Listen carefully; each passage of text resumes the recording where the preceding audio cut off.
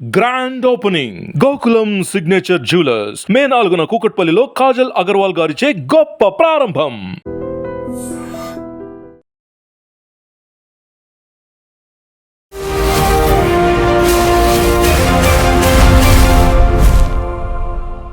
నమస్తే, welcome to I dream social spotlight with Kavitha. గతంలో social media పిచ్తో ఎంతో మంది స్టంట్లు చేస్తూ ప్రాణాలు తీసుకున్నటువంటి ఘటనలను మనం చూసాం. వెరీ రీసెంట్గా మిషా అగర్వాల్ అనేటువంటి ఇన్ఫ్లుయెన్షియర్ తన ఇన్స్టా అకౌంట్లో 1 మిలియన్ ఫాలోవర్ల కంటే తక్కువ అవుతున్నారు, మెల్లిమెల్లిగా రోజుకు ఫాలోవర్ల సంఖ్య తగ్గిపోతుంది అని డిప్రెషన్లోకి వెళ్ళి ఆత్మహత్య చేసుకుంది. అది కూడా కరెక్ట్గా తన బర్త్డే ముందు ఆత్మహత్య చేసుకుంది. ఈ ఇన్సిడెంట్ గుర్గ్రామ్లో జరిగింది. యాక్చువల్గా సోషల్ మీడియా పిచ్చిలో ఇన్ఫ్లుయెన్షియర్లు ఇలా ఎందుకు చేస్తున్నారు, ప్రాణాలు ఎందుకు తీసుకుంటున్నారు? మనతో పాటుగా ఉన్నారు సోషల్ యాక్టివిస్ట్ కృష్ణకుమారి గారు. అమ్మ నమస్తే. మనం గతంలో చాలా వరకు ఇలాంటి ఇష్యూస్ గురించి మాట్లాడుకున్నప్పటికీ ఇంతగా ప్రాణాలు తీసుకునేటువంటి ఇష్యూస్ వెరీ ఫస్ట్ టైం అనుకుంటాను ఇలా చూడడం.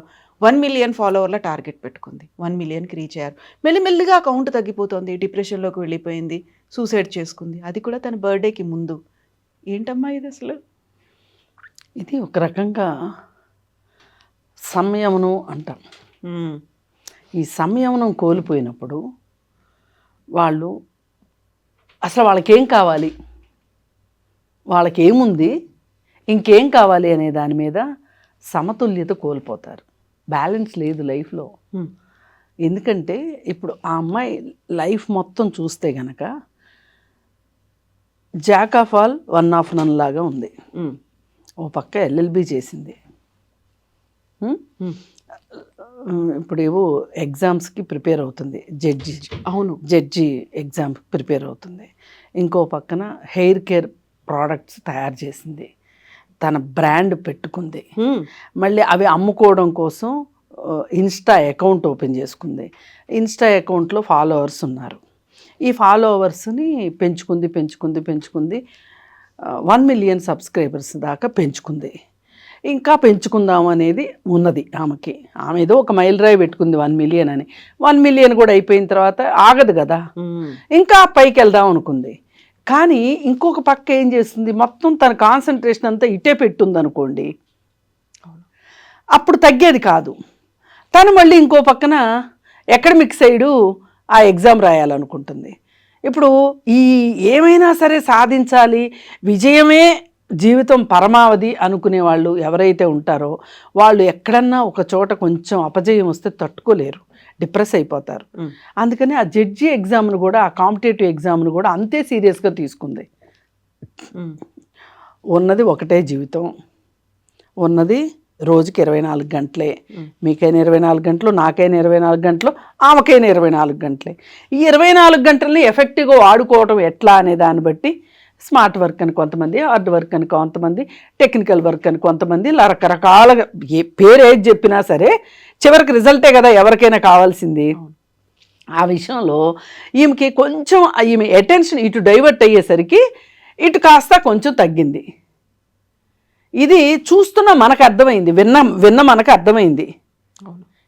రియాలిటీ ఇది. ఈ రియాలిటీని ఆ అమ్మాయి ఎందుకు అర్థం చేసుకోలేకపోయింది అంటే, ఆ అమ్మాయి మనసంతా, మెదడంతా ఒక ఎదురుగా కనిపించని ప్రపంచం చుట్టూతోనే అల్లుకుపోయి ఉంది. ఎదురుగా కనిపించిన ప్రపంచం అంటే ఏంటి? సోషల్ మీడియా ప్రపంచం.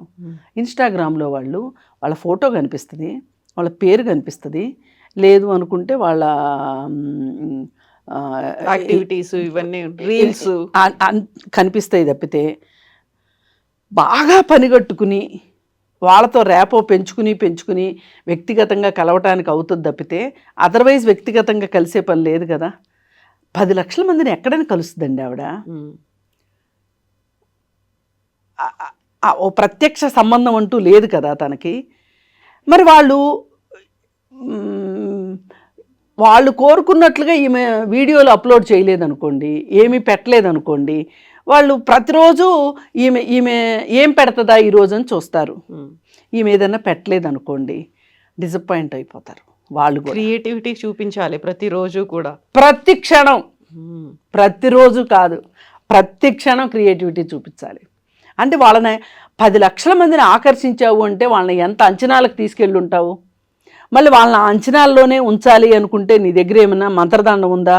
లేదు కదా. అలావుద్దీన్ అద్భుత దీపం ఉందా? లేదు కదా. మళ్ళీ నువ్వు ఇటు వచ్చి ఎగ్జామ్స్ రాస్తున్నాను. ఇప్పుడు ఈ ఫీల్డ్కి ఆ ఫీల్డ్కి పూర్తి డిఫరెన్స్.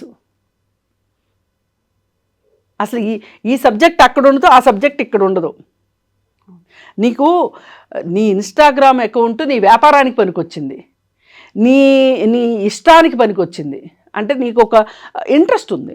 నేను ఆ ఇంట్రెస్ట్ని తప్పు పట్టట్లా, ఆమె క్రియేటివ్గా చేసిన దాన్ని నేను తప్పు పట్టట్లా. కానీ అదే ప్రపంచం అనుకోవటం, అది లేకపోతే నేను లేను అనుకోవటము ఉంది. చూసారా? అది అసలైన పొరపాటు ఆ అమ్మాయి విషయంలో. ఆ అమ్మాయి ఒక రకంగా మన మెదడులో ఎట్లా అయితే నరాలు చిక్కుకుపోయి ఉంటాయి, ఓదా నోటి అల్లుకుపోయి ఉంటాయి, క్లమ్జీగా ఉంటాయి, అల్లుకుపోయి ఉంటాయి.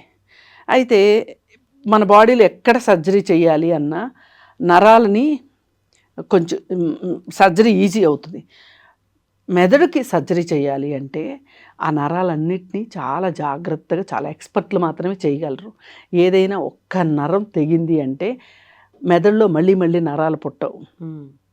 ఇప్పుడు వీళ్ళకి ఈ వచ్చిన సోషల్ మీడియా రోగం ఏంటి అంటే ఈ ఈ ఈ సోషల్ మీడియాలో వీళ్ళు ఊహించుకునేది, వీళ్ళు క్రియేటివిటీ అనుకునేది, క్రియేటివిటీ కూడా కావచ్చు. కానీ ఇవన్నీ ఎట్లాంటివి అంటే మొత్తం వీళ్ళ మెదడుని, రక్తనాళాలతో ఉన్న మెదడు ఏదైతే ఉందో దాని మీద ఈ సోషల్ మీడియా మొత్తం అల్లుకుపోయి ఎంతసేపు ఇదే ప్రపంచం అనుకుంటున్నారు. కానీ ఎంతో కొంత మళ్ళీ బయటకు వచ్చి ఇంకో ప్రపంచం చూద్దాం అనుకుంది. కానీ ఈ 2 ప్రపంచాల మధ్యలో ఆమె బ్యాలెన్స్ చేసుకోలేకపోయింది. అసలు ఒకటే మెదడండి, ఎన్నెంత తట్టుకుంటుంది చెప్పండి.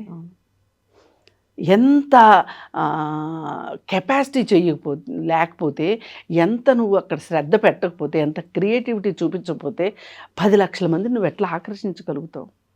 ఇదేం చిన్న విషయం కాదు. ఇప్పుడు చాలామంది బూతులు మాట్లాడి పెంచుకునే వాళ్ళు ఉన్నారు. కొంతమంది చెప్పకూడదు కానీ సగం సగం బట్టలు వేసుకుని ఆకర్షించే వాళ్ళు ఉన్నారు.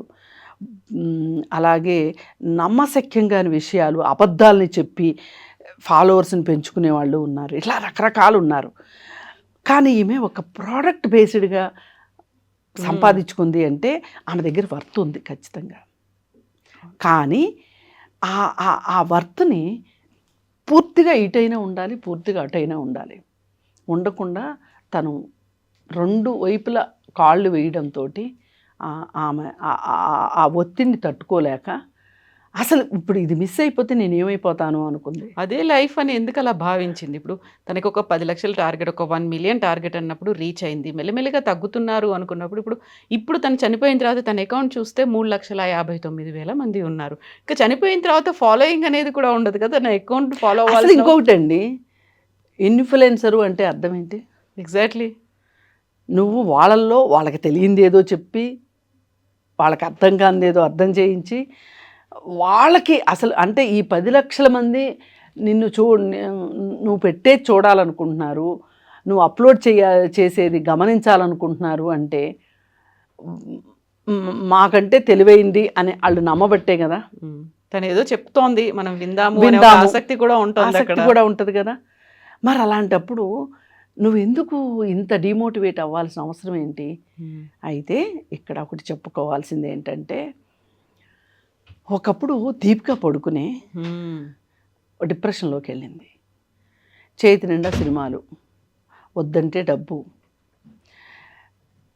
సినిమాలు ఫెయిల్యూర్ కావట్లా, ఎండార్స్మెంట్లు వస్తున్నాయి, జీవితం చాలా చాలా బాగుంది పైకి చూడటానికి. కానీ తనకి లోపల ఎక్కడో ఒక ఇన్సెక్యూరిటీ.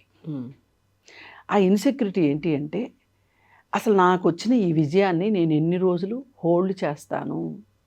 ఈ విజయం పర్మనెంట్గా నాతోనే ఈ విజయం ఉండిపోతుందా? నేను ఇవాళ ఇంత సంతోషంగా ఉండటానికి నా విజయమే కదా కారణం. ఒకవేళ ఈ విజయం గనక చేజారిపోతే, ఓటమి ఎదురైతే నేను గెలుపును తీసుకున్నంత ఈజీగా ఓటమిని తీసుకోగలుగుతానా? ఒకవేళ వేళ్ల సందులోంచి జారిపోయి ఇసుక మాదిరి జీవితం అయిపోతే ఎట్లా అని ఆలోచన వచ్చింది ఆమెకి. ఊరికే ఎవరు ఏమి అనకపోయినా ఏడుపు వచ్చింది. ఏడుస్తూ కూర్చుంది. వాళ్ళ అమ్మకి అర్థమైంది ఈ అమ్మాయి సరిగా లేదు అని. వెంటనే కౌన్సిలింగ్కి తీసుకెళ్ళింది. కౌన్సిలింగ్ తర్వాత కౌన్సిలింగ్ తోటి సరిపోదు అనిపించింది. ఇంకా థెరపీస్ కావాలనిపించింది. క్లినికల్గా కూడా తనకు ట్రీట్మెంట్ అవసరం అనిపించింది. వాళ్ళమ్మ సకాలంలో స్పందించబట్టి ఈరోజు దీపిక పడుకుని మనం ఇలా చూడగలుగుతున్నాం. పెళ్లి చేసుకుంది, పాపని కన్నది. మళ్ళీ ఈ రోజుకి ఆమె ఇండస్ట్రీని వదిలిపెట్టలేదు. ఆమె వదలలేదు, ఇండస్ట్రీ కూడా ఆమెను వదలట్లేదు. అవకాశాలు ఇంకా వస్తూనే ఉన్నాయి.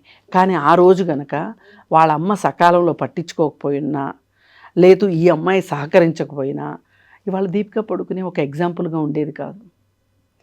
పైగా తను చాలా బోల్డ్గా నచ్చిన విషయం ఇది. అసలు అన్నిటికన్నా మించి నేను ఒక స్టార్ని అనుకుంటున్నారు, నాకు ఒక స్టార్డమ్ ఉందనుకుంటున్నారు, నేను అలాగే అనుకున్నా, కానీ నాకు నా స్టార్డమ్ మీద నమ్మకం లేకుండా పోయింది. ఈ స్టార్డమ్ పోతే నేను ఏమైపోతాను అనే ఒక ఇన్సెక్యూరిటీ వచ్చింది నాకు అని చెప్పింది. నేను డిప్రెషన్లోకి వెళ్ళిపోయాను అని చెప్పింది. ఎవరైనా ఇలా డిప్రెషన్కి వెళితే మీరు వెనక్కి రావచ్చు, దానిలో మునిగిపోక్కర్లేదు అని చెప్పి, దీనికోసం అని చెప్పి తను ఒక ఫౌండేషనే పెట్టింది, లివ్ లాఫ్ లైఫ్ అని, బెంగళూరులో. మానసిక ఆరోగ్యం పట్ల అవగాహన కలిగిస్తోంది. ఎంత కృషి చేస్తుందండి వాళ్ళ. మరి ఈ అమ్మాయి కూడా ఇదే పరిస్థితిలో ఉంది ఇప్పుడు. ఈ పరిస్థితిలో ఉన్నప్పుడు ఈ అమ్మాయి కుటుంబం పట్టించుకున్నా, ఒకవేళ స్నేహితులు పట్టించుకున్నా, ఎవరైనా శ్రేయభిలాషులుంటే వాళ్ళు పట్టించుకున్నా ఇవాళ ఈ అమ్మాయి చనిపోయి ఉండేది కాదు. అది కూడా తన బర్త్డేకి ఒక్కరోజు ముందు 25th ఇయర్లోకి అడుగు పెడుతోంది. ఆమె అనుకుంది 25th ఇయర్లో బర్త్డే నేను ఈ విధంగా సెలబ్రేట్ చేసుకోవాలి, ఆ విధంగా సెలబ్రేట్ చేసుకోవాలి.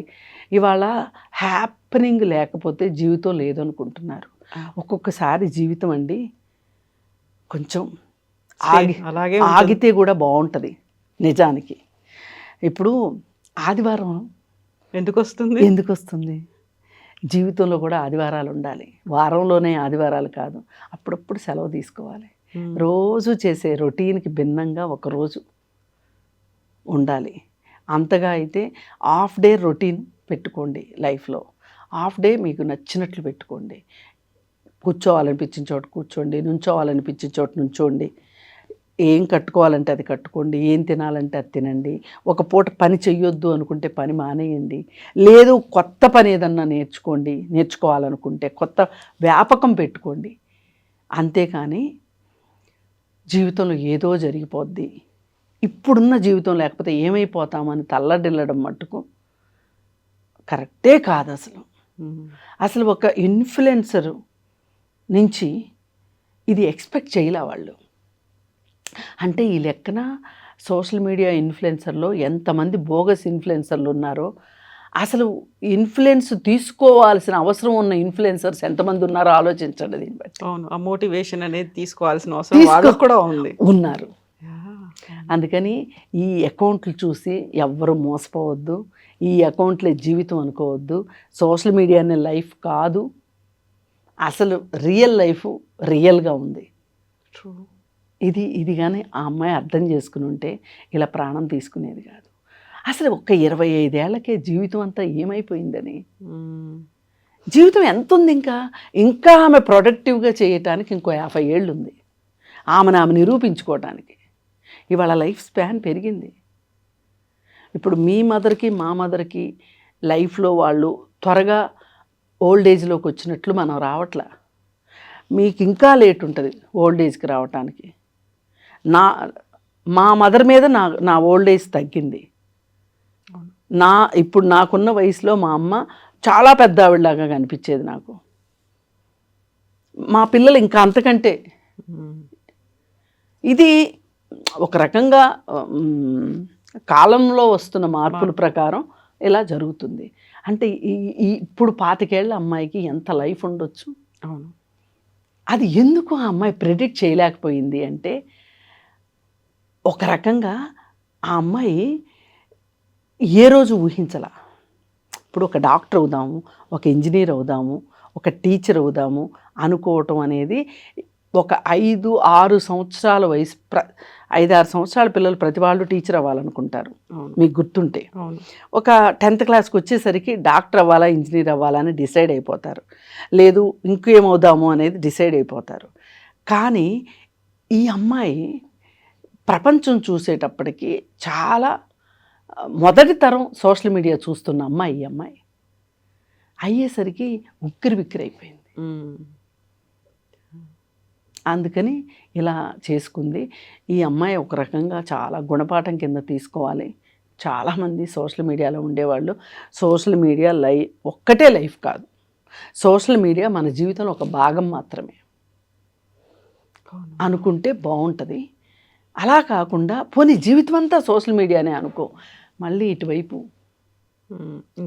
ఇంకో లైఫ్ కావాలనుకుని ఈ గందరగోళం మట్టుకు వద్దు. ఎస్ అమ్మా, థ్యాంక్ యూ సో మచ్ అమ్మా. నిజంగా ప్రస్తుతం ఉన్నటువంటి సమాజం దేనికి ప్రయారిటీ ఇస్తుంది? ఆర్థిక సంబంధాల చుట్టూ మాత్రమే తిరుగుతుంది. మళ్ళీ ఎన్నికలంగానే చాలా విరక్తి కలుగుతాను. మంచి అనిపిస్తుంది కదా, లేడీస్ కూడా ఛాలెంజింగ్ జాబ్స్ చేసినప్పుడు చాలా బాగుంటది. ట్రాఫిక్ అసిస్టెంట్స్ గా నియమించిన ట్రాన్స్జెండర్స్ అందరితో సాల్యూట్ చేయించుకుంటున్నారు. ఫుడ్ డెలివరీ ఇవ్వటానికి వెళ్ళినటువంటి డెలివరీ బాయ్ అనిల్ పై కళ్ళ ముందు